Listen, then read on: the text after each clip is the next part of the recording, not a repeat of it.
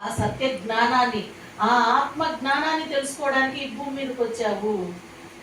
కాబట్టి అసలైన వారసులు ఎవరంటే, ఆత్మ జ్ఞానాన్ని ఎవరైతే తెలుసుకొని ఆచరిస్తూ తనలాగా ఇంకో గురువుల్ని, మిగతా వాళ్ళందరినీ గురువుల్ని తయారు చేయడానికి వచ్చిన వారే ఆచార్యులు. అంటే బ్రహ్మర్షి పితామహ పత్రి సార్ ఏం చెప్పారు?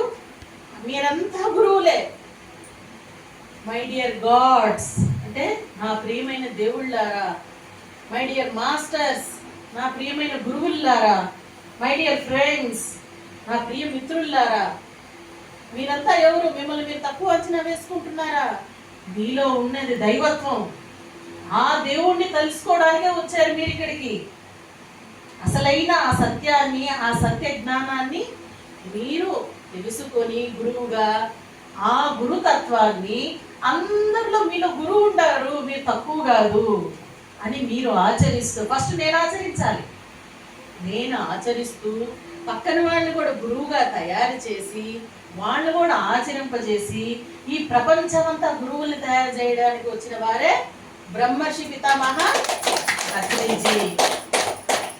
కాబట్టి మనలో ఉన్న ఆ గురుతత్వాన్ని తెలుసుకొని అందరికీ ఆచరించి చెప్పేవారే ఆచార్యులు.